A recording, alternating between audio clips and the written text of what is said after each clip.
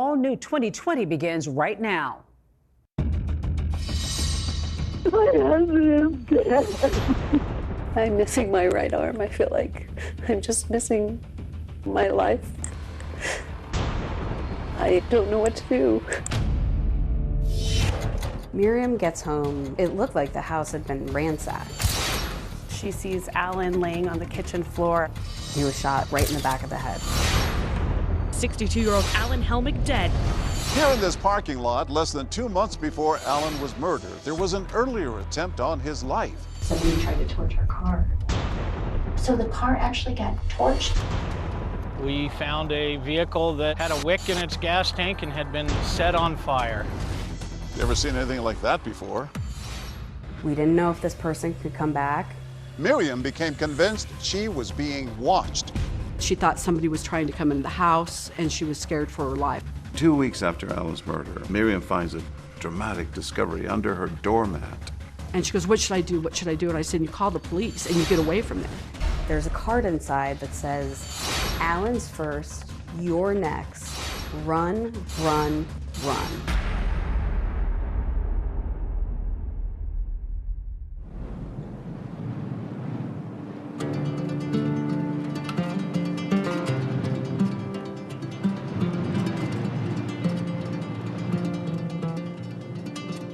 Out here in the western Colorado countryside, the wide open spaces can stretch for miles. In a place this remote, it might seem unlikely that two lonely souls might find each other and a second chance at love.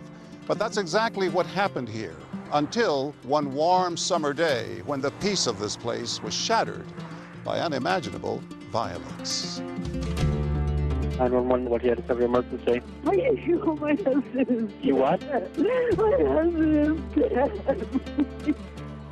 This was a big story that shocked a small town. There's blood everywhere. He has blood under his head.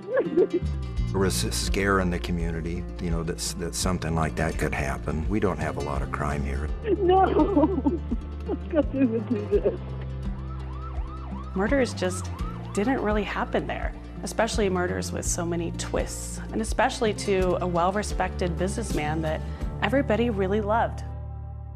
Alan Helmick was a fixture in this community, a man who dedicated his life to helping others achieve their dreams, getting small businesses off the ground and families into their first homes. In fact, he was known as the broker of Main Street.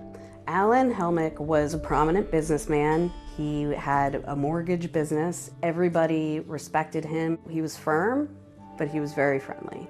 An avid outdoorsman, Alan took advantage of all western Colorado had to offer. The western slope is just gorgeous. It really is where the west meets a bit of suburbia. And in Whitewater, people have these sprawling homes, very affluent, very safe. How would you describe this town of Grand Junction? We pride ourselves on our outdoor activities, our beaches, our wine industry. Great for families. Alan had grown up in the nearby town of Delta and settled into Grand Junction to raise a family. What was Alan Helmick like? You know, he was a good guy. He was a great athlete. Bob Cacchetti was Alan's friend and longtime accountant. Good instincts? Yeah. Oh, he was a risk taker. He was a gambler. We went to Vegas once, and I think by the time we checked in the hotel, he was borrowing money. He recovered, you know. He was a good business person. He took a lot of chances, but it seemed to more than not played out and worked well for him. And definitely not one to shy away from attention. One time we were in Mexico. A bunch of us were down there on a fishing trip, and the mariachi band came around the restaurant. Alan handed him a few dollars and asked for the trumpet from one of them, and he joined him on the trumpet. And he was really good. It was like, wow, where'd that come from? So it didn't surprise those who knew Alan that after his first wife unexpectedly passed away, he wanted to meet new people. So he decided to try something different, dance classes. And his instructor is this woman, Miriam Giles. Oh, yeah, he came in one time and we were doing something and he says, yeah, I just loved dancing. Miriam was a very good dancer, a good instructor. She had me dancing, which was a miracle. Alan, I believe, kind of had that love at first sight feeling and really wanted to pursue Miriam and did so on the dance floor. Miriam was 10 years his junior, but Alan didn't let that discourage him. He described meeting Miriam in an interview he did shortly before he died. She didn't want to date me, but I persisted. She was my dance instructor, so I could go on a cruise and not be club-footed. And we ended up becoming pretty compatible. Alan seemed reborn. He was so very happy. They ended up falling madly in love and got married within 2 years of knowing each other. They would talk about how they would go out on their boats late at night to watch the sunsets together, have an evening cocktail, and just how they felt like they had just found a true partner late in life. It was just like a little fairy tale come true. It's June 10th, 2008, typical beautiful Tuesday morning in Whitewater, and Miriam leaves to go run some errands. Alan was going to get his car serviced, and then they were going to meet up for lunch. She stopped to get cigarettes, stuff for her horse, even check on a prescription for him. She went to City Market to pick up his prescription and found out that he hadn't dropped it off. So she called him, could not get a hold of him. When Miriam gets to the Chinese restaurant, she calls Alan again to see if they're gonna meet, but Alan never shows. Miriam, after 15 minutes, decides to leave and head home. Miriam gets home. It looked like the house had been ransacked. At that point, she sees Alan laying on the kitchen floor on his back with blood under his head. She calls 911 immediately. She's sobbing. She's frantic. It's all bloody. He's all bloody? Yeah. Where's he bleeding from? It looks like the back of his head. It looks like somebody's been through here. We knew patrol had been dispatched out to what was reported as a robbery, and then we had a deceased person on scene. Robin Martin is a detective who worked the case. When the first officers arrived on the scene, they find Miriam distraught and kneeling over her husband. Alan was on the floor in the kitchen. It looked like he had been shot in the head, and we had a bullet casing next to his body. They did a very quick security sweep to make sure there wasn't a suspect still on scene. There's no one in the house. As they conduct their sweep, deputies notice drawers pulled out in the kitchen and a trash can tipped over in Alan's office. In the newsroom, we have police scanners, and we heard the call go out saying there was a robbery homicide out in Whitewater. I packed up my camera gear and went out there immediately. What I saw when I got out there was a scene that was taped off. Multiple officers going in and out of the house, conducting their investigation. A lot of media attention? Yes. This was a big deal in that town, I guess. It was. Very much so. And everybody wanted to know what was going on. My wife and I were getting ready for bed. 10 o'clock news come on. The headline was, there has been a homicide in Whitewater. The Mesa County Sheriff's Office is called out to this Whitewater home. I kind of jokingly said to my wife, I says, oh no, I wonder if that's Alan. And lo and behold, it was Alan. What they find is 62-year-old Alan Helmick dead, shot in the head. It's Detective Work 101 that you start with the people closest to the victim. But in this case, Alan's wife, Miriam, was running those errands, expecting to meet Alan for lunch. She even had the voicemails to prove it. Okay, Alan, this isn't funny anymore. I've been sitting here in front of a Chinese place for 15 minutes, so would you call me? Things did not add up. Everybody knew him. Everybody loved him. Who would do such a thing?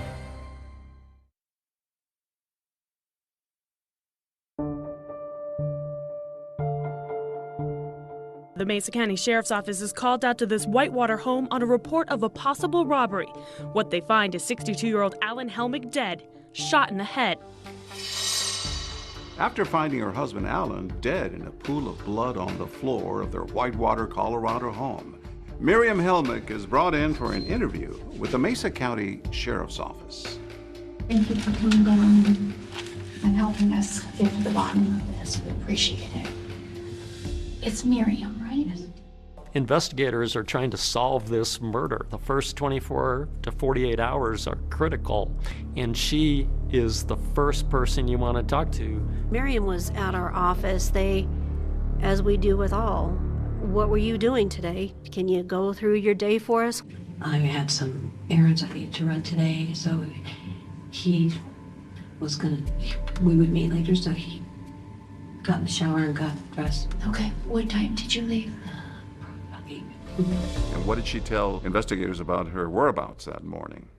She started listing off everywhere she had been. She told us that she was calling Alan several times, was getting his voicemail. Hi, Alan. I just want to let you know I'm going to Walmart. If you're going to meet me for lunch, let's meet at the Chinese buffet. Love ya. Bye. Then what happened? I still hadn't heard from him. And then I went from there to Orchard, Mesa City Market to pick up his prescription. Okay. What time is it now? I probably got there about around 10. Hey, Alan. You need to turn your phone on. Question for you.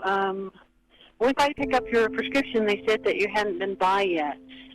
So are we still going to be able to meet for lunch? It's not like you to not call me, so give me a holler. Thanks. Bye. And since he hadn't called me back, I thought he was caught up somewhere to me. So I left him a message and told him I was going home in case he decided to meet me there anyway. Okay, Alan, this isn't funny anymore. I've been sitting here in front of a Chinese place for 15 minutes, and you're never late. So would you call me?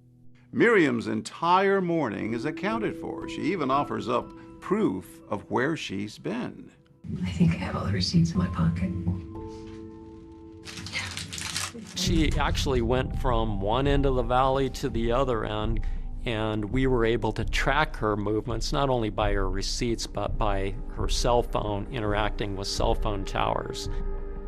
She was tested for gunshot residue? Yes, she was tested for gunshot residue. Her clothes were collected? That's right. They take those items to check them for any kind of gunshot residue or blood spatter that might indicate Miriam had something to do with this. And those results came back negative. She's also caught on several surveillance cameras throughout the morning. Miriam seemingly has an airtight alibi. So naturally, investigators are anxious to ask her who she thinks may have wanted to harm Alan. Did he have any enemies, any problems with any of his contracting work going on, any disputes? Would he share that with you if he did? I think so. He shared a lot with me. Miriam said Alan was generally well-liked, but detectives also knew he'd been a local mortgage broker. Could he have turned someone down? Maybe had a disgruntled former client or co-worker who was out for revenge. He did not like lying or dishonesty. He would fire people for that, but that was respected. And he had started his own business here decades earlier. Alan had married his high school sweetheart, Sharon, and had 4 children through 37 years together. But on New Year's Eve, 2003, she died of a sudden heart attack. How did that affect him? Friends said that he was quite depressed and wasn't doing that well. And soon afterward, he takes up dancing. He was encouraged to try a new activity. When Alan met Miriam, I know she had a policy of not dating her students, but Alan was pretty relentless. Kieran Wilson was a local journalist in Grand Junction, Colorado, who covered this case. Just days after Alan's murder, she spoke to an emotional Miriam. I met him teaching how to dance, and I didn't really like him while he grew on me. But he was such a gentleman, and he was so sweet, and just love him to death. You know? Miriam had been dealt her own difficult hand in life, having faced not one but 2 unimaginable tragedies back in her home state of Florida. Chris Giles is Miriam's son. Grew up in Jacksonville, mom, dad, a sister. What was it like? It was good.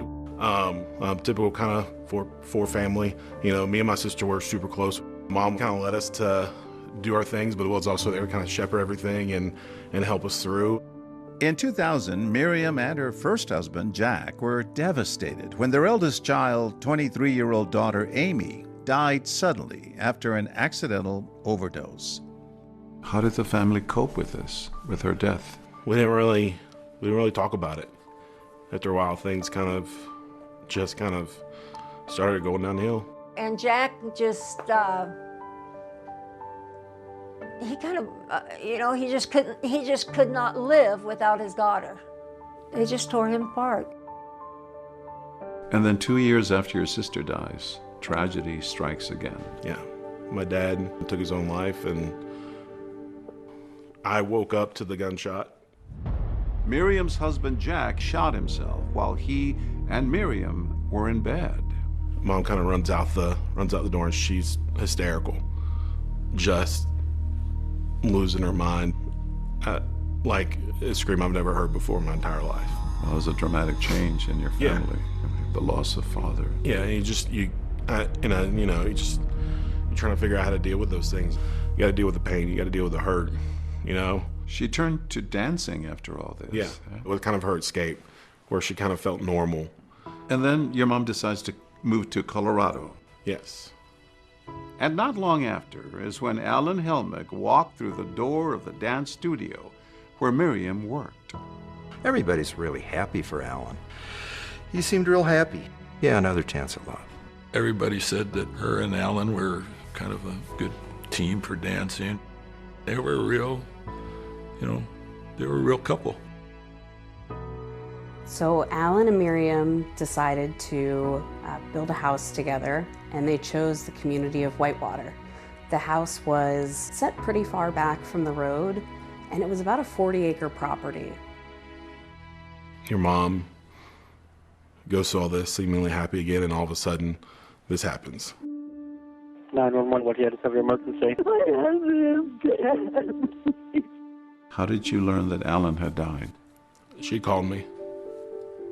And told me that he'd shot. Still kind of another shock to the system. Another loss. Yeah, another loss. So far, investigators don't seem to have much to go on. But about an hour into that police interview, Miriam says something that would raise the eyebrows of any homicide detective. In Delta. And somebody tried to torch our car. So the car actually got torched in Delta?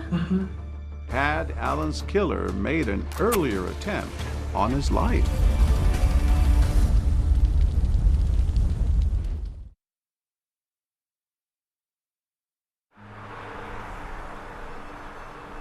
After Alan Helmick is found murdered in his Whitewater, Colorado home, his wife Miriam is interviewed by investigators.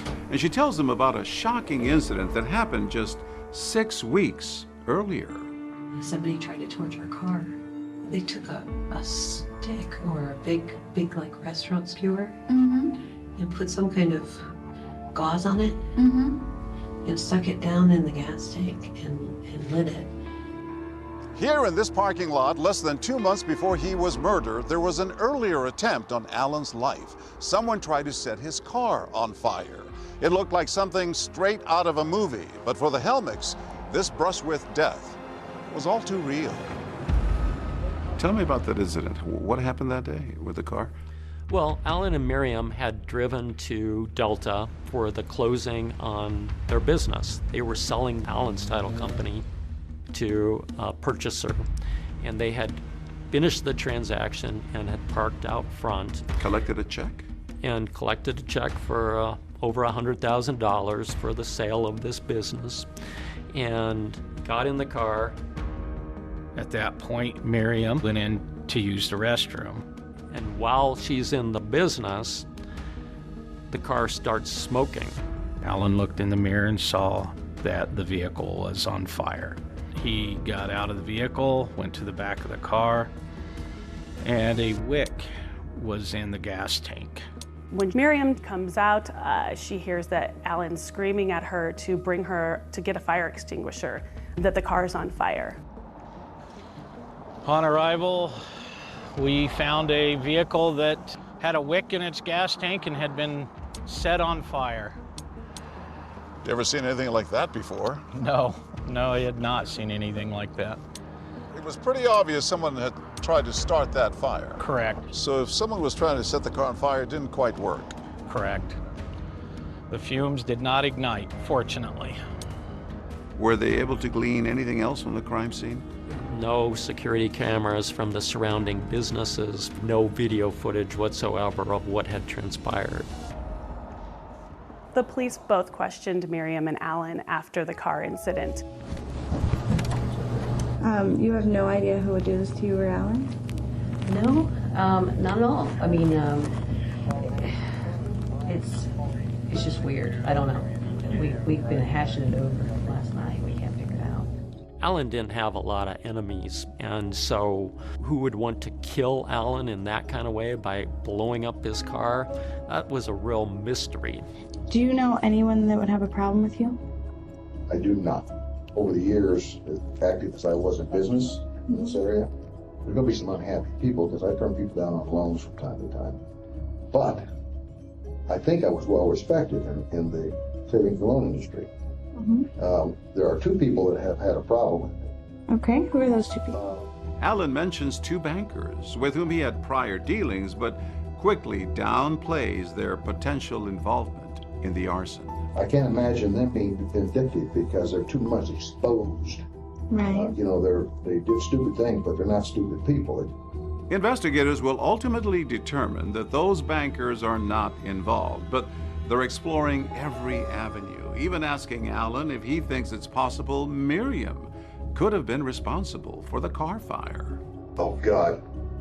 No, I don't think that. Not at all. That would be terrible. Now, why would you do that?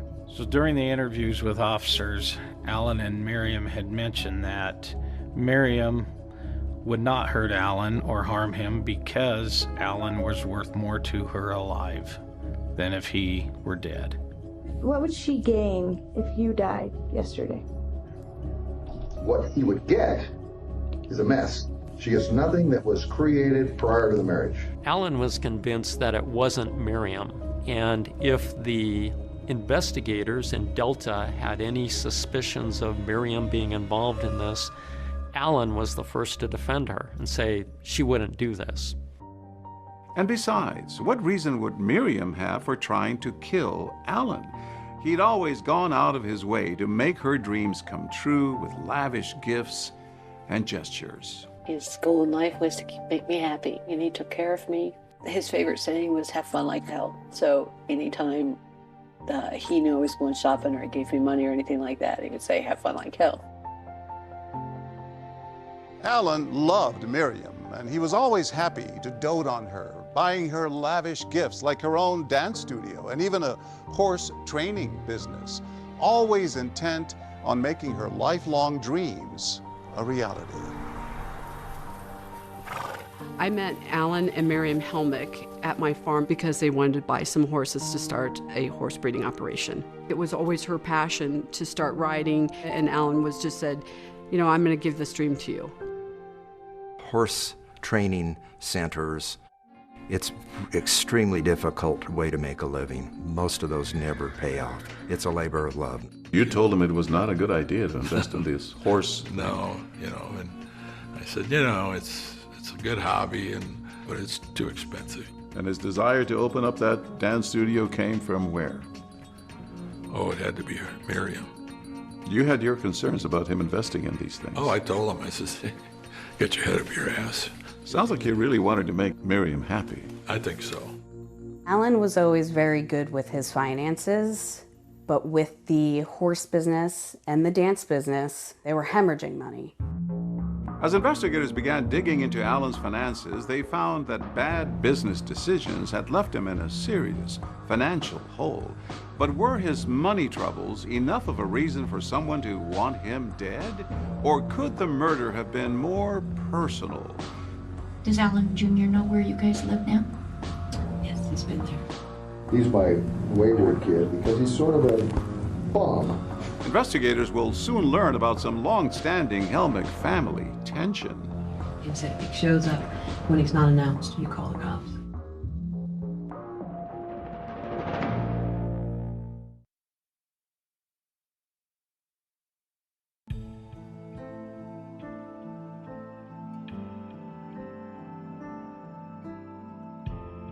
1 week after his untimely death, Alan Helmick is laid to rest.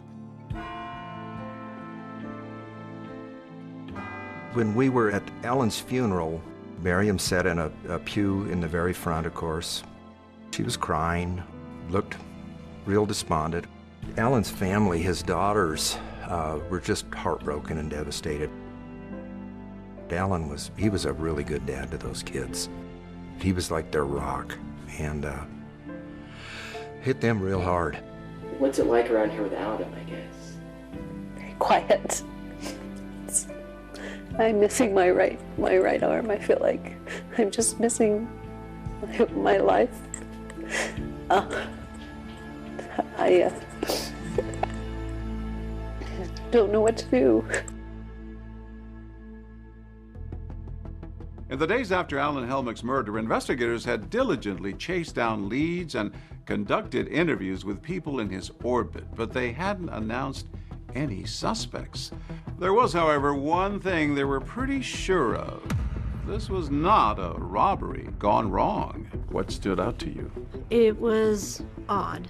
You had property still in the house that was, you could assume, was of value that a normal burglar would take. Like what?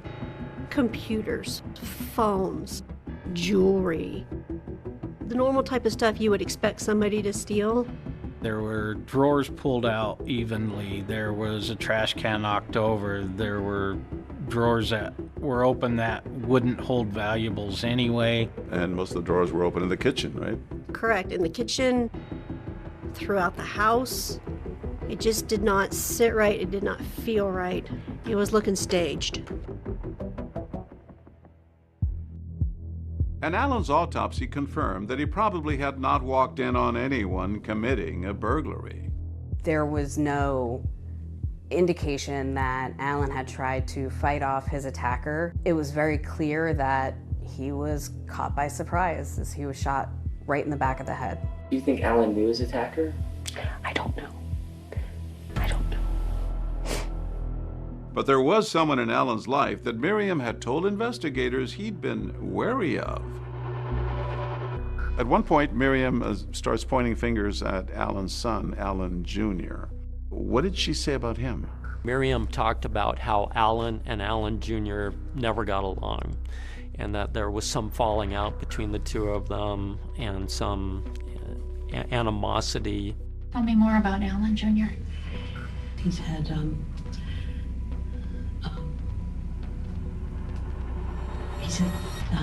run-ins with the law.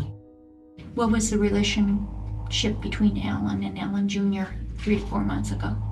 Same. Same It's distance? been that way for many years. Okay, kind of Very steady apart. distant. Okay. There's some real animosity there.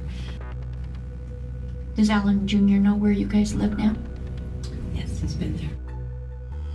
And after that car fire 6 weeks earlier, Alan had also mentioned his strained relationship with his son to those investigators.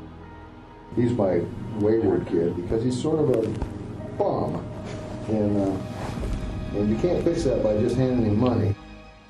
Alan's personal issues with his son, coupled with the fact that he may have known his attacker, was enough for detectives to bring Alan Jr. in for an interview. Come on in and have a seat.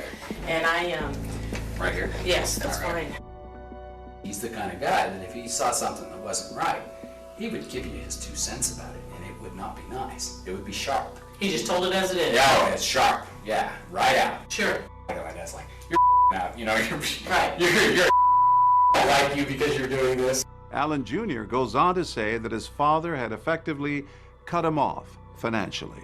Your dad wouldn't give me a dime. Okay. Did you ask? No, I'm sure that I had back then, and then he repeated, you know, hey, this is something you need to learn to take care of yourself. When asked, Alan Jr. insists he would never hurt his father, and he had an alibi. He was working out of state at the time of the murder. Where were you Tuesday? Because everybody's been asked that question. And You know, I'm not an ignorant human being. Right. And I would be offended if you didn't ask those questions. In fact, I would be angry with you if you didn't ask them in that way. Would have been working on the computers. I would have been at the hostel on my computer. In Seattle. Alan Jr. was cleared as a suspect. That's right. No evidence linking Alan Jr. to having anything to do with Alan's murder. So investigators are back to square one. That's right. There were no suspects. We didn't know if this person could come back. I never thought it would happen here or anything like that would ever happen here. It's just always quiet around here. Are you scared that this person might come back? I don't know. Yes and no. I don't want to leave because I'm closer to him here. Had there been a murder in my home, would not want to stay there, especially not a few days after. But she said it was her home. She said she felt closer to him there. But if Miriam says she felt safe enough to stay in her and Alan's home, that was about to change. And then 2 weeks after Alan's murder, Miriam finds a dramatic discovery under her doormat at the house. And she goes, what should I do? What should I do? And I said, you get off the phone and you call the police and you get away from there. Was the killer now coming after Miriam?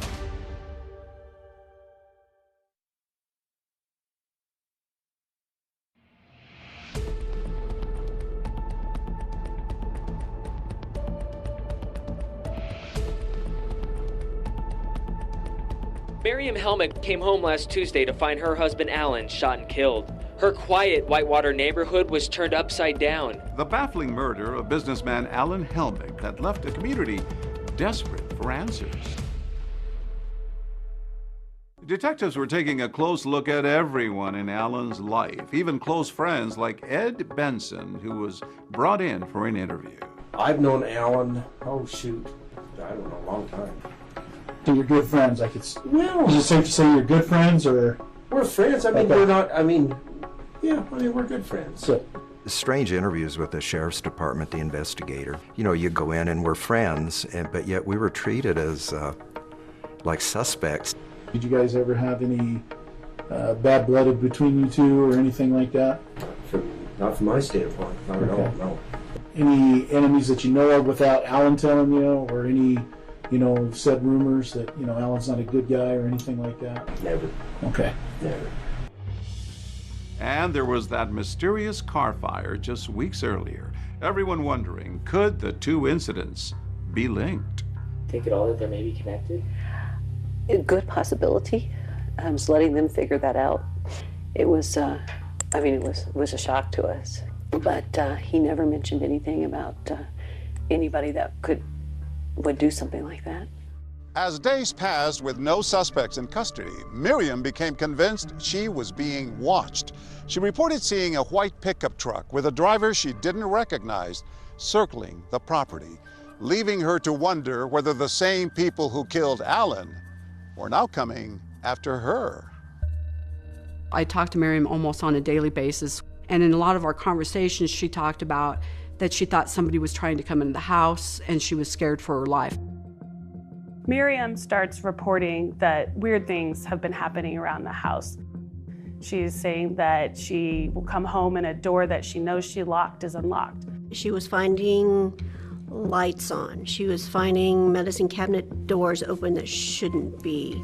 She saw one or more suspicious vehicles that she didn't know who was linked to them. And mind you, this is a very small area, only a handful of homes out there. And you recognize most of the vehicles that are driving in and out of the area.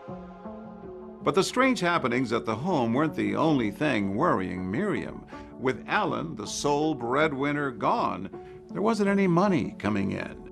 During her police interview, Miriam had explained to investigators that they had a prenup. She really didn't have anything without him. She didn't stand to gain a lot. I did not have any legal claim to anything that he owned. Okay. It was pretty cut and dry. Miriam's financial situation was fairly dire. In fact, she started selling off some of the property they had together.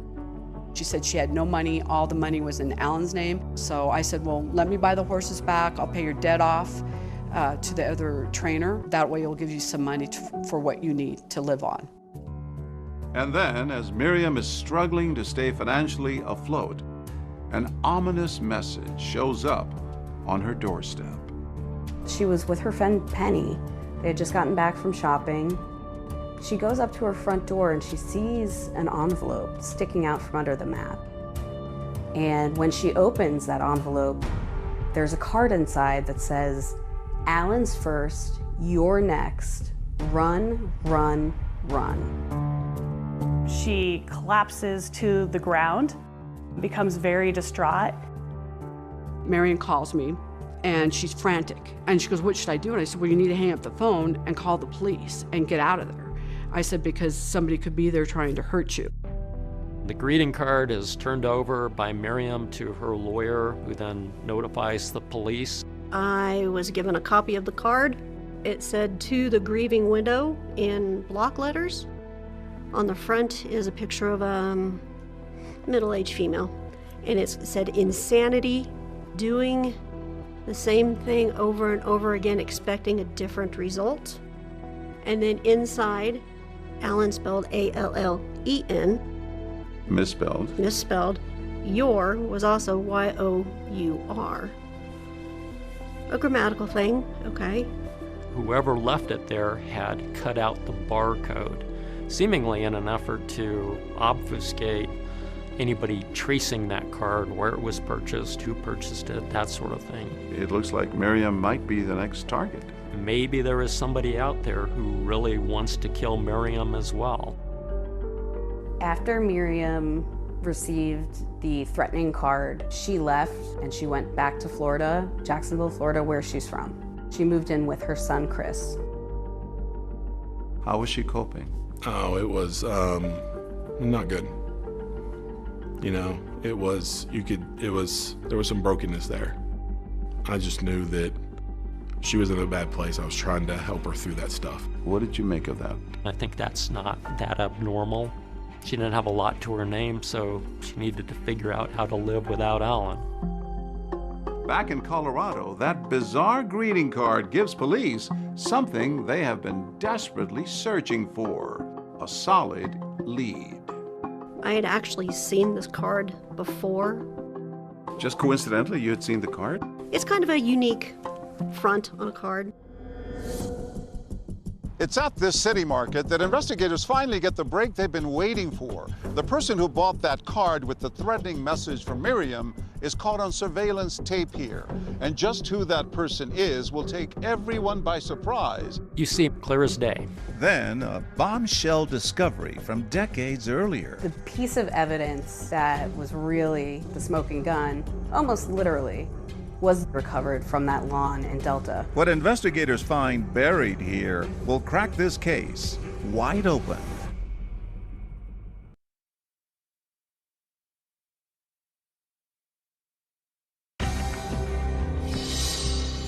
What we had was a man who had led a good life and he ended up murdered. I saw Alan on the floor. He was cold and gray. People were in disbelief. People were scared. I held his hand for a few minutes and tried to make some sense of it all. Miriam comes home. There's a handwritten note, and it says, "To the grieving widow." Alan's first, you're next. Run, run, run. It looks like Miriam might be the next target. The killer was now after her. You want twists and turns? There's no shortage of that here. I met Miriam on a dating site. She wrote, "Saw your profile and loved it." She was moving on. Even my girls were like, she's dating already? She's trying to get on with her life in a new state. But another incident with a gun comes to the surface. I heard the shot. Mom kind of runs out the door and she's hysterical, just screaming. Like a scream I've never heard before in my entire life. Could what they find buried in this yard be the smoking gun?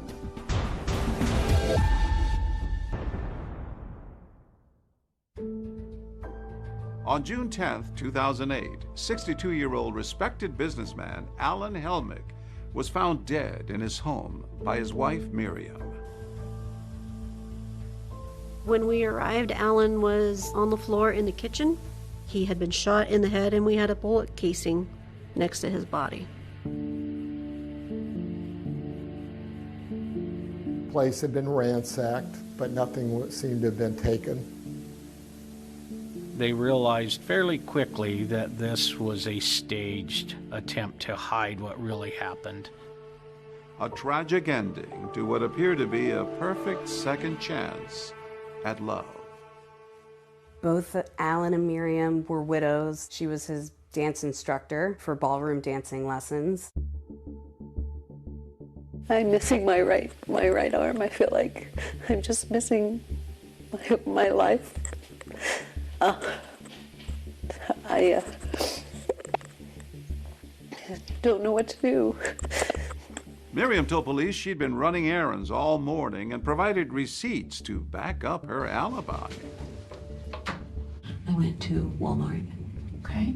I needed to buy some shirts. Police were at a loss as to who would want this well-liked businessman dead. Alan had some enemies, but nobody was going to kill him. And as investigators began to dig deeper, the story took a frightening turn. Miriam comes home. There's a handwritten note, and it says, "To the grieving widow.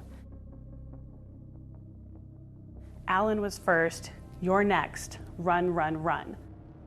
It looks like Miriam might be the next target. The real killer was now after her. After Miriam received the threatening card, she went back to Florida, where she's from.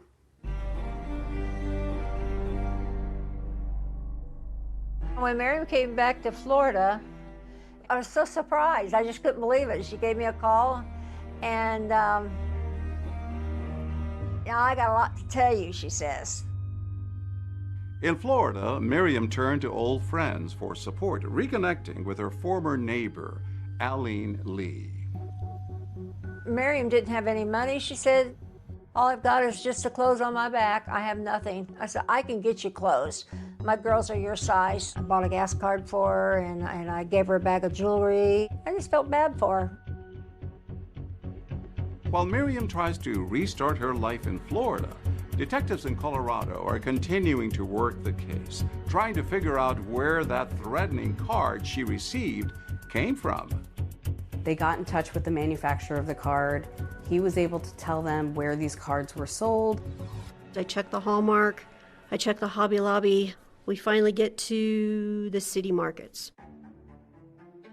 I contacted their loss prevention guy. They found 2 sales. One person paid in cash, didn't know who that person was. The other one was with a credit card. So we had a name, and then he found one more purchase. He called me and he's like, "I've got video." That store uses VHS tapes? That particular store was not as up-to-date as their others, and they did use VHS, and they used it over and over and over again. So by the time we got this tape, it was kind of delicate.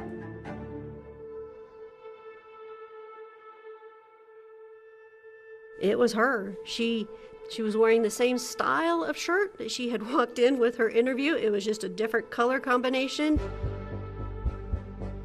You see Miriam going first to the area where the cards are sold within the city market, and then to the cash register where she pays for it. Clear as day. So now it appears that Miriam, the grieving widow, seemingly afraid for her own life, had actually sent that threatening card to herself.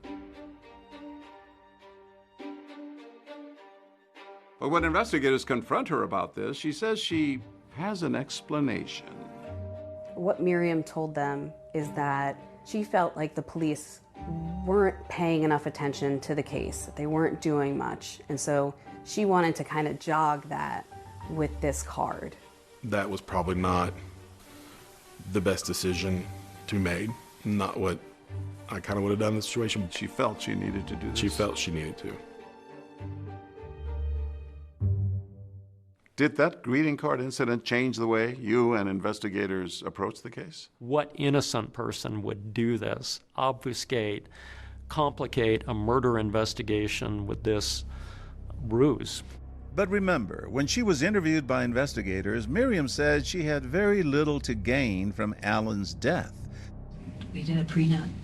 So everything his is his. Everything mine is mine. He has more than I do. Okay. With no clear motive in sight, the Mesa County Sheriff's Office turned their attention to Miriam's past, learning about that double tragedy she and her family suffered years earlier in Florida. There was the sudden loss of her daughter, and then a shocking development with her first husband. While Miriam and her first husband, Jack, were in bed, Jack shot himself in the head. Now you say, okay, she's had not one, but two husbands shot in the head. Was there a common thread? And they were both married to Miriam Helmick. Police ruled it a suicide. There were some strange circumstances, though. Things like he used his right hand to pull the trigger. Jack was a lefty. Investigators then start looking back at your father's death. Yes. I woke up to the gunshot.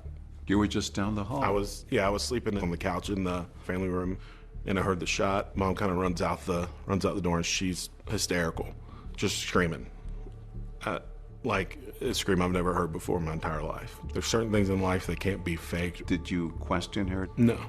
I know one of the things came up is that my dad was left-handed. Well, my dad learned how to write left-handed because he had a cast on his arm when he was younger, so he was ambidextrous. He could use his right hand too.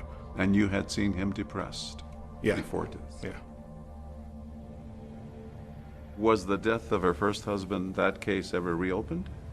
No, it was ruled a suicide. But with clouds of suspicion gathering over Miriam about the death of her second husband, she does something unexpected. I met Miriam on a dating site. A millionaire match?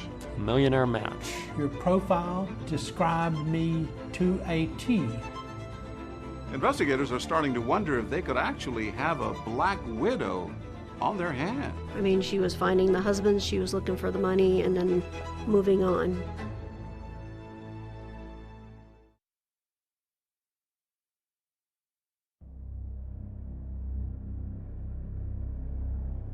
With suspicion now mounting that she may be the person who killed her husband, Alan, Miriam Helmick does something unexpected.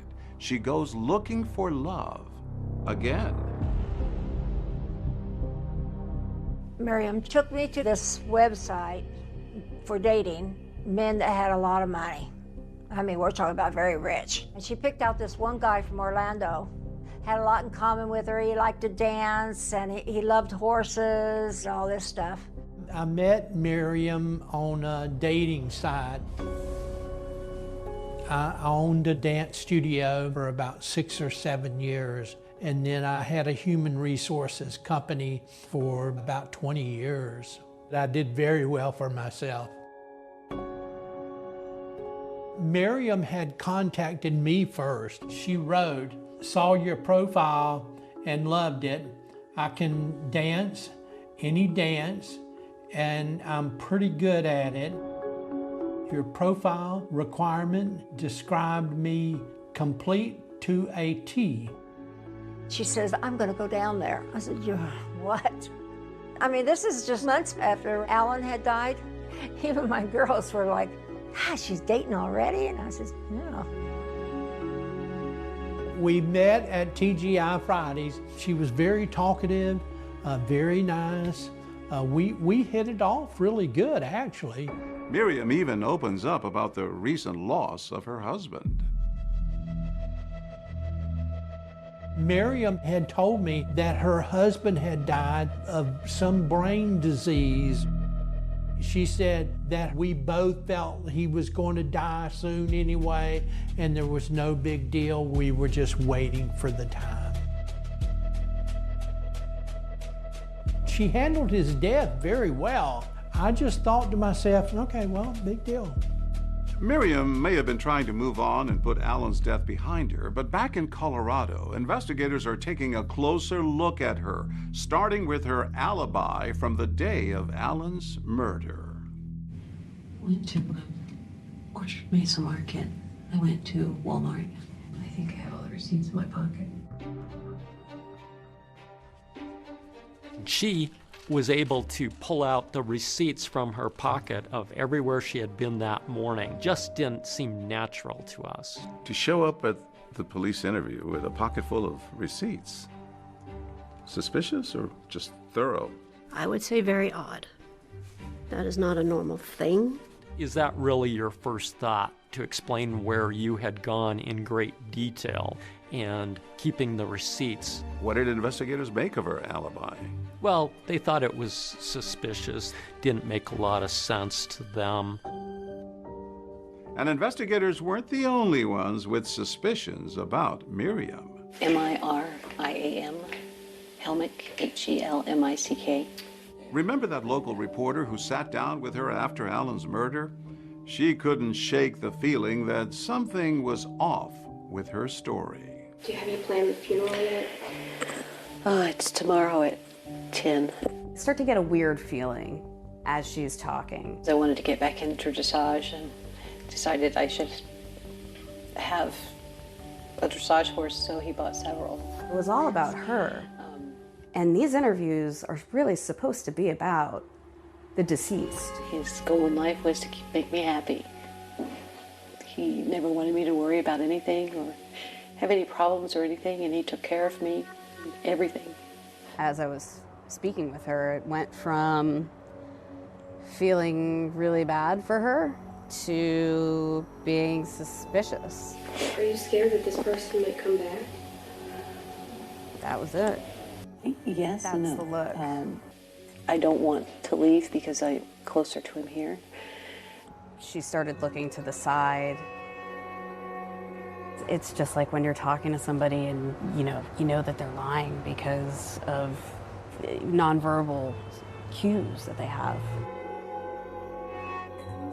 When I left that house, I've never scurried away from a place so quickly in my life. I was genuinely scared. And while Miriam is talking to the media, investigators are talking to those closest to Alan. You continue with the investigation. Actually, you interview Alan's children. Yes. Right after Alan passed, we were speaking to the daughters, and they had expressed concerns of an inability to get a hold of their dad. He's been completely out of character, drastically since January. It's odd for my dad. You've seen him change. You've seen him change his character. And maybe not so much see him change his character, but through her, I can't even get to him. He wasn't answering phone calls. He wasn't returning voicemails. Hi, Dad. It's Portia. I hate to bother you so much. I haven't been able to talk to you, so things are piling up. Hey, Miriam. This is Christy. I've been calling my dad for about a week, and I'm not hearing back. And every time I called, Miriam answered. Before then. His phone? Yeah. Okay. His cell phone. Which I thought was weird. He always answered his phone. It appeared that he was being distanced from them. I'm like, well, Dad, is your home phone hooked up? He's like, no. I'm like, well, how does anybody get a hold of you? Well, Miriam doesn't want anybody to bother me. And when they would call Miriam, there was excuses as to, oh, I'll have him call you back, or he's not around. She certainly, in the days leading up to his murder, was isolating him from his children. Alan's kids couldn't help but wonder why Miriam seemed to be keeping them from their father in the months leading up to his murder. Could it have been something to do with a sudden decline in his health? Father's never sick. My father's like an ox. Mm-hmm. And he was, every time I would talk to him, he was sick. And did he say what he was sick from? He didn't know. I don't think he had a clue. But he said he couldn't even stand up. He was so dizzy. The more investigators dig, the more troubling details they uncover, like a gun that seemed to have disappeared from Miriam and Alan's home. One of Alan's children said she specifically remembered seeing a .25 caliber pistol in his sock drawer. They couldn't find that gun after the murder. Police learn of a shooting incident that had happened outside this house decades before. Could what they find buried in this yard be the break they need?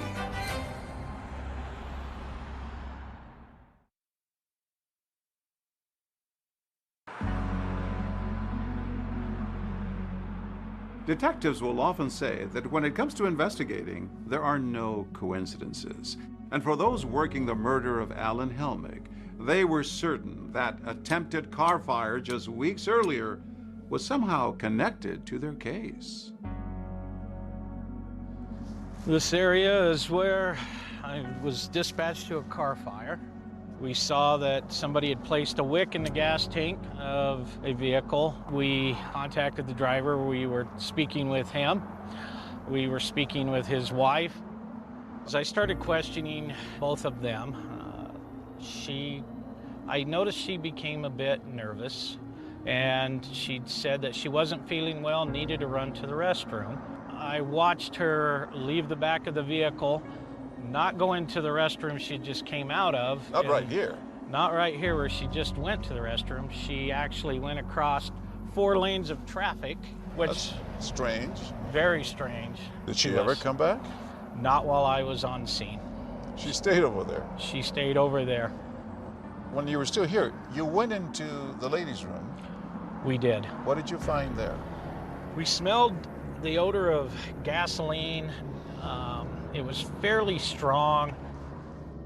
Since investigators learned that Miriam had been standing at the trunk right before Alan discovered the fire, they decided to bluff him, telling Alan there was surveillance video of the incident to see if he thought his wife could have been responsible. I watched the video. Is she on there? I'm asking you. What do you think? No, is she on there? I'm Did she asking like you it? what you think. No, but I could be wrong. We bluffed Alan, and he said he didn't believe it. And you didn't answer my question. You looked at the video. No. Nice little flick there. If you'd seen her on the video doing it, I would have been shocked. The crime scene reminded investigators of a movie scene. After all the dust had settled, our investigators started thinking about what had transpired in Delta. They thought, this sounds like the car explosion scene in No Country for Old Men, which had just come out in the last year, and it was a popular movie where the villain had created a distraction by lighting a magazine, sticking it into the gas inlet, and exploding the car. As police are looking into this, they discovered that the Helmicks had rented that movie about 4 days prior to the incident. Was this the smoking gun or smoking car? It definitely was part of the investigation. Miriam was not charged with the arson in Delta because of the roadblock put up when Alan demanded the investigation be closed. He did not want to pursue it if we were looking at Miriam, and that he would not cooperate with the investigation. And the detectives now investigating Alan's murder are still searching for any hard evidence that Miriam pulled the trigger. After all, they still hadn't recovered a murder weapon. There was the issue of the firearm that was missing from the home. And in talking to the daughters, we knew that there should have been a .25 caliber Lorson in the house. Because people had seen that gun there before. Correct. As luck would have it, there was an old Helmick family story from decades earlier of Alan's first wife's stepfather firing that same gun into the ground during a domestic dispute back in 1989. Could this gun, now missing, be the murder weapon? There was some evidence that it had been in the house in the years leading up to the murder, and no evidence of what he would have done with that weapon. No evidence he sold it, gave it away, traded it. You know, where is this gun? And then investigators bring in a metal detector into the case. Right. Detectives come up with a long shot idea. Go back to the property where that domestic dispute happened back in 1989. Could they recover the bullet fired from that gun and compare it to the bullet that killed Alan? I received a phone call from the chief investigator at the Sheriff's Department of Mesa County asking me if I would assist them in searching for a bullet. Carol Quarles is a retired law enforcement officer who has experience using a metal detector to search for missing evidence. So your reaction when they asked you to get involved in this case? Oh, yeah, heck yeah. Anytime, just call me. I love finding evidence. And you started over here? And I started working my way around. And then I just slowly worked my way around to about midway in the yard, and I hadn't found anything. And they were getting nervous. The investigator said, well, maybe you're not going to find it. Yeah, maybe the witness wasn't remembering things right. Right. To which you said, let me check over there in case the shooter shot into that corner of the yard. And so I walked over there, and it wasn't 30 to 45 seconds, and I had the bullet. Where did you find that bullet? That bullet was right in this area right here.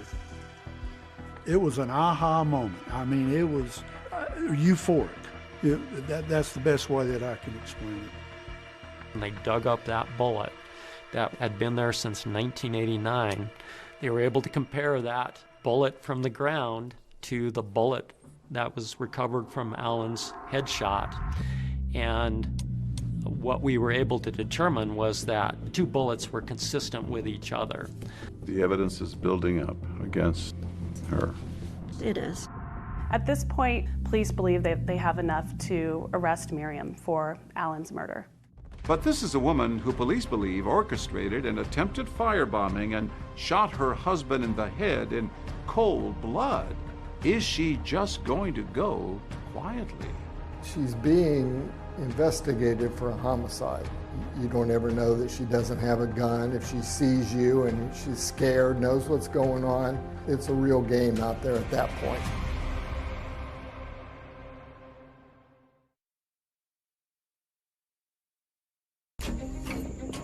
In the fall of 2008, just a few months after Alan Helmick's murder, Miriam was living in Jacksonville, Florida, attempting to move on with her life.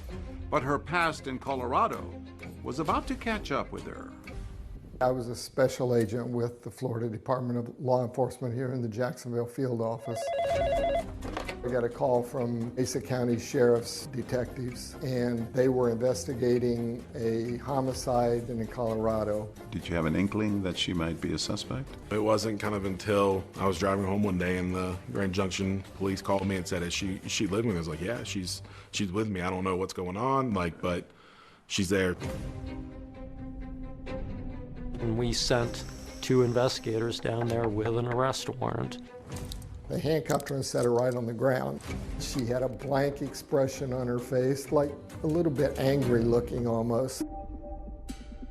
6 months after Alan's death, Miriam is charged with first-degree murder, attempted murder for that car fire, and forgery. She pleads not guilty and is extradited from Florida back to Colorado. What we had was a man who had led a good life and he ended up murdered, and there's a need to bring to justice the right person. A year after being arrested and charged, Miriam Helmick goes on trial here at the Mesa County Courthouse. Prosecutors argue that the grieving widow is actually a cold-blooded killer. Miriam Helmick standing trial for the murder of her husband was a huge deal. The courtroom was pretty packed. It was a bit chilling. Miriam did not show a lot of emotion. She didn't look like herself. So why do prosecutors believe Miriam killed Alan? They argue the motive was as age-old as they come.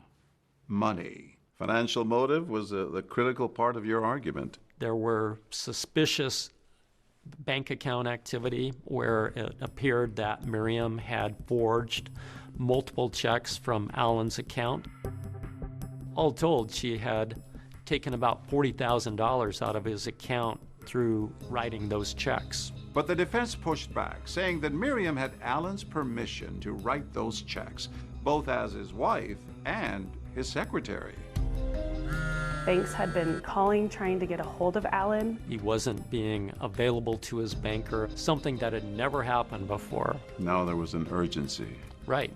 In fact, the banker had reached out to one of Alan's daughters, and that was tension that was building. Prosecutors put Alan's daughter, Portia, on the stand to testify about the way Miriam seemed to be isolating her father in the months leading up to his murder.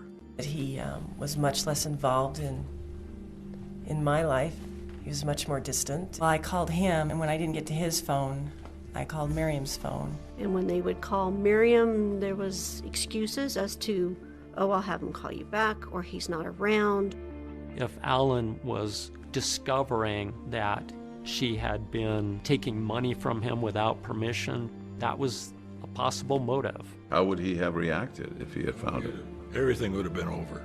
You had had our attorney on the hotline, and it would have been over.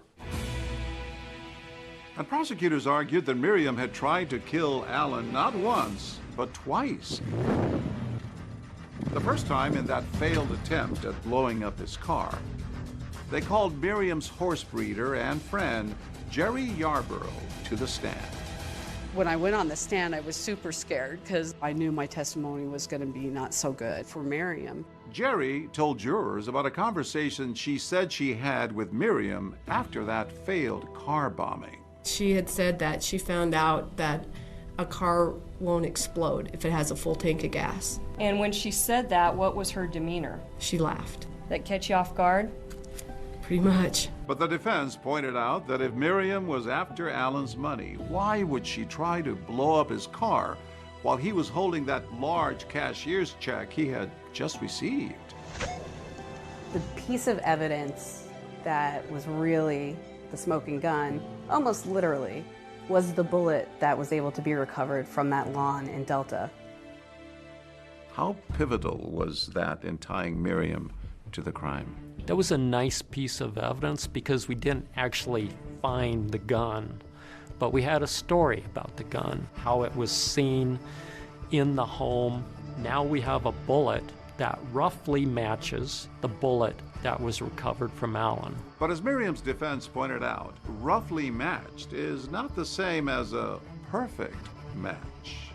Couldn't prove it beyond a reasonable doubt. Then the defense did something you don't often see at a murder trial. Defense calls Miriam Holling to the stand. They called Miriam to testify in her own defense. Once you got inside, what did you see? I saw Alan on the floor. I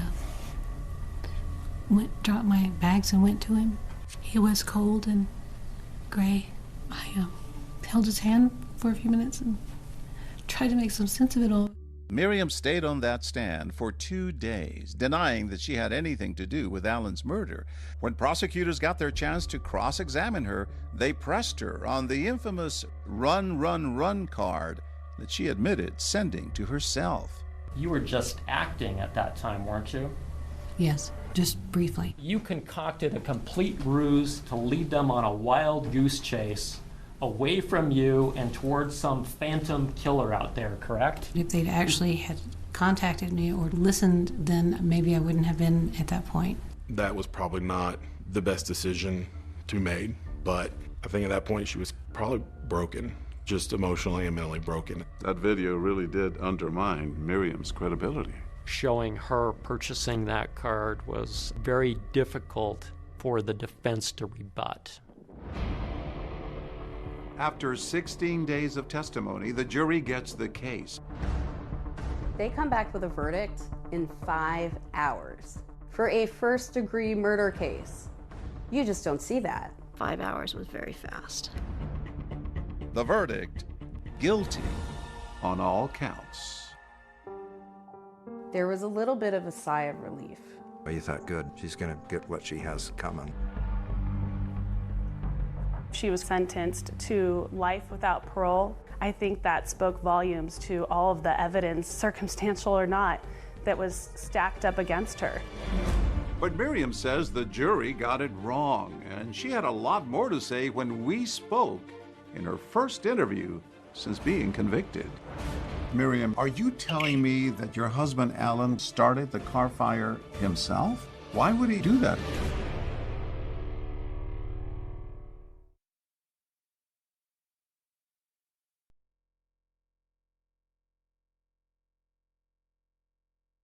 It's now been 15 years since Miriam Helmlich was sentenced to life for killing her husband, Alan. Since then, she's been at the Denver Women's Correctional Facility, where she recently called me from. An incarcerated individual at Denver Women's Correctional Facility. Hello, Miriam. Hi. How are you doing over there? Good, good. This is the first time she's spoken publicly since her 2009 sentencing.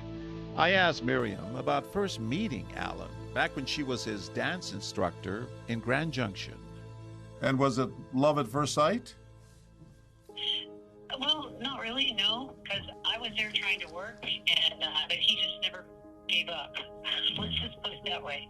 He was very persistent. Yes, very. And eventually you fell in love with him. Yes. It was kind of hard not to. I mean, he's a very, very kind, very sweet man, and he always had your best interest at heart, usually. Alan's kids say that you were isolating him from them in the months prior to his death. Was that true? No. But he would get really pale during the day, and I would make him rest. And so I would take his phone away where he wouldn't ring so that he could get some rest. Because it seemed like they always called when he was trying to get a nap. Next message. Hey, this is Portia. I'm starting to get a complex here because you guys have never not picked up your phone. Our pathologist, Dr. Kurtzman, indicated there was evidence of advanced heart disease. So if he was not feeling well, it was probably attributable to the heart disease. Prosecutors say that you fraudulently had written about $40,000 in checks on Alan's money that he was about to find out, and that's why you killed him. He could look up online anytime and see what was coming out of his bank account. Nobody stopped him from doing that. So anything that was written with his approval. Did you steal any money from Alan? No, I didn't take anything from him because everything that was put into the bank went into his bank account. None of it came to me. Did you have anything to do with starting that car fire? No, I didn't have any inclination to do it. But I almost believe that he started his own car fire. You mean to tell me that Alan started the car fire himself? Why would he try to do that and possibly hurt himself? Well, I don't think he thought about hurting himself. And it took me a while to wrap my head around that he would possibly do anything like that. Miriam says Alan may have tried to set the car fire for the insurance money. I started to wonder if he did because as soon as he got his car home, he applied for the insurance on it. It's a claim that's hard to back up. But Alan was adamant with authorities that he did not believe Miriam would ever try to kill him. I had called Alan to advise him that I felt his current wife, Miriam, was trying to kill him. And Alan got upset with me and told me that Miriam would never do that to him. And at that point, he asked me to terminate the case. What about the gun that was missing from your home and Alan's home? I didn't know it was missing until this whole thing, so I have no idea how or where it went. It had an unusual family history, that gun. I know when I first met him, 2 years before that, I saw it that he wasn't removing, and I asked him to put it away because I don't like handguns. I just don't.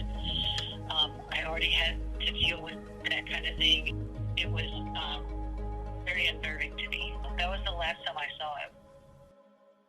Now, authorities also questioned your alibi, all the receipts that you had. It looked like you were trying so hard to create an alibi. Were you? It's not uncommon for anybody to pocket their receipts. I had cash and receipts, so they went in my pocket. Done that all my life. It makes sense to us that she shot him before she ran the errands. Then she runs all the errands and she creates an alibi for herself on purpose, intending to throw people off. Miriam, did you kill your husband, Alan? I did not. Do you think you'll get out of prison someday? I do, eventually, because I know that I'm going to keep digging, and I know that we're going to be able to put this together. What do you think will prove your innocence now? The fact that I had no GSR on me, I had no blood spray on me. Wouldn't the blood spatter and the gunshot residue be easily washed off if you took a shower? Well, you know, that's funny because when I went to the police station that afternoon, you could tell I hadn't taken a shower. There was even some dirt under my fingernails, pretty much from doing the barn that morning and helping him shovel out stalls. So you had not washed anything off? No, I hadn't changed clothes, nothing.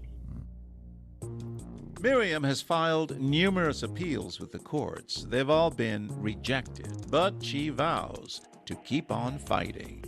It won't be over for anybody till it's over for me, and I do have hope. I know that I didn't kill him. Now that I'm on this path, I'm not going to lay down and die with it. I'm sorry, it's just not in my nature to do that. How often do you think about him? I think about him all the time. He was funny. He would say things that I remember. His biggest thing was, it's only business. Treat it that way. You know, he was fun to be around. After the trial, did you see your mom again? I did not. I have not seen her since the trial. After so long, what did Miriam finally have to say to her son?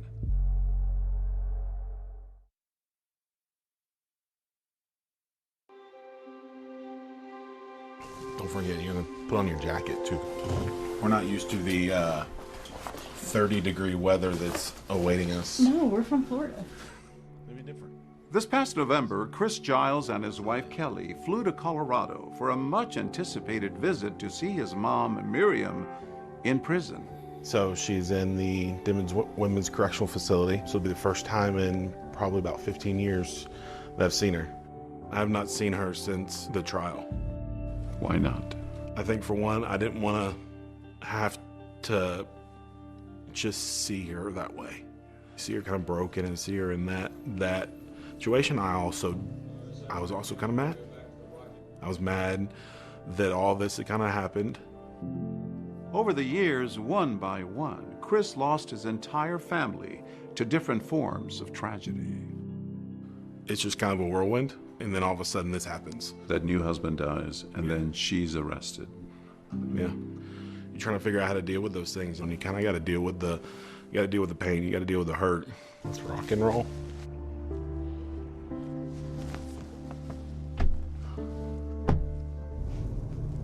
It's probably nervous like me, you know, a little bit nervous, a little excited. Our cameras were not allowed inside the prison, but Chris tells me that reuniting with his mom, while complicated, was also healing for him. First thing she did was apologize. What did she say? As soon as we sat down.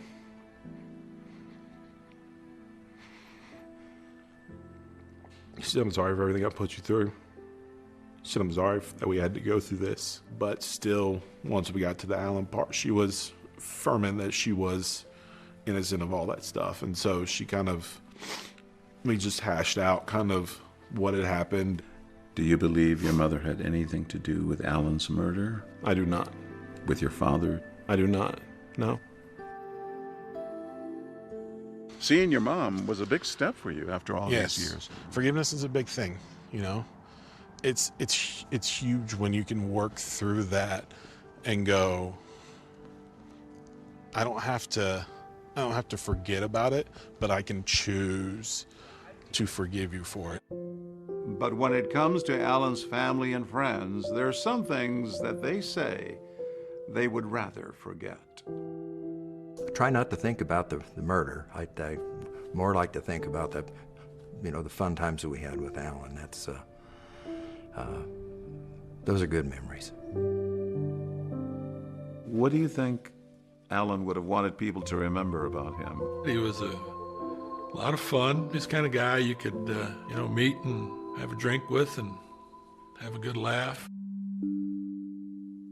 He treated everybody with fairness and respect and gave a lot of love to those around him. Nobody wanted to hurt him except for his own wife. She ended up taking this man's life. Oh, I mean, a good man was killed. I don't know whether justice is served or not. She's in jail, and apparently she's never going to get out, but he's still dead. You can't bring him back. I think his legacy is that he was tried and true in the community. He did what he said he was going to do. Alan was truly loved by everyone that knew him.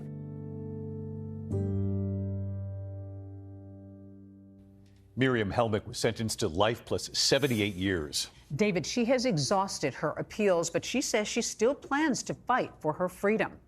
That's our program for tonight. Thanks so much for watching. I'm Deborah Roberts. And I'm David Muir. From all of us here at 2020 and ABC News, good night.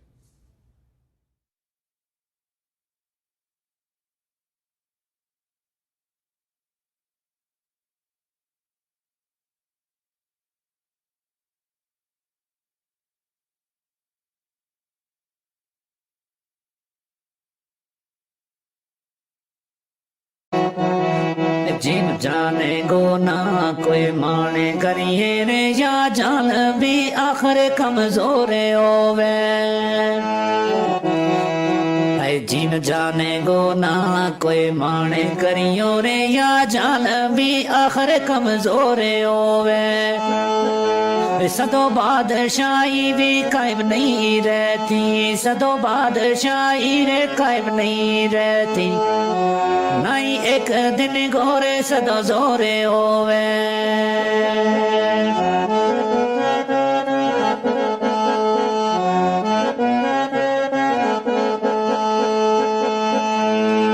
दुनिया दिन बदलती जाए अज और ते काले कुछ और होवे दुनिया दिन बदलती जाए रे अज और ते काले कुछ और होवे राई मौत को जाए को चखणो है राई मौत को जाए को चखणो है भावे कितनो कोई शाजोर होवे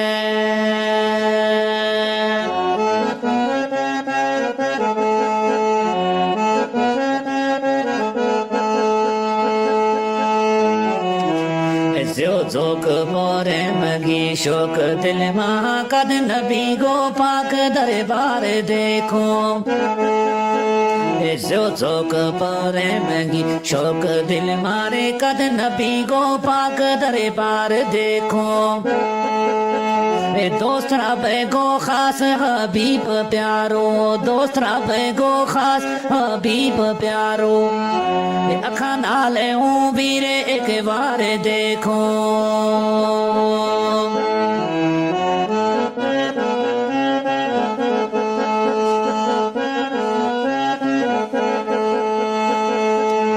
जाऊं सदके लख आजारे वारी नाले रोजागा सोना मीनार देखो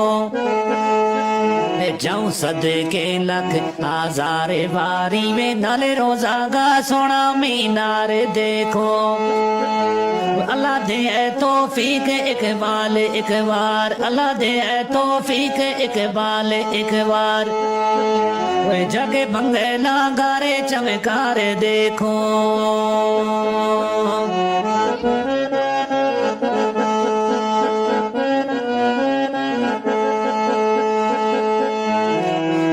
जिस वास्ते ज़मीं आसमान बने हो कैसा नबी की ऊंची रे शान हुई है जिस वास्ते ज़मीं आसमान बने हो कैसा नबी की ऊंची रे शान हुई है दोस्त रब को खास हबीब प्यारो दोस्त रब को खास हबीब प्यारो गल बिच कुरान बयान हुई है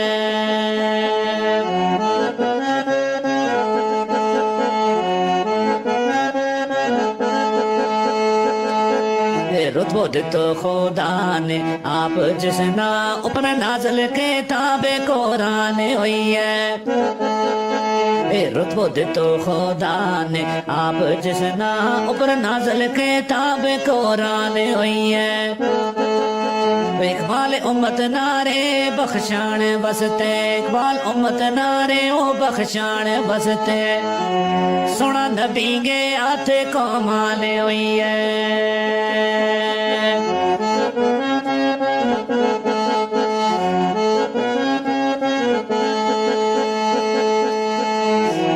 फे फजल करे अल्लाह पाक जे करे जा तो पहुँचू हूँ सोना दरबार आ गए फे फजल करे अल्लाह पाक जे करे जतो पहुंच रे सोना दरबार आगे जतो पहुंच मदीना की गलियां मां जतो पहुंच मदीना की गलियां मां दुख दसे तो सब सरकार आगे दस ले तोरे आले हवाले अपना सर दुख दर्द सारा आजारे आगे दो मिले जा तोरे इकबाल तिन्ना सो मिले जा तोरे इकबाल तिन्ना खले जा तोरे उस बाजार आगे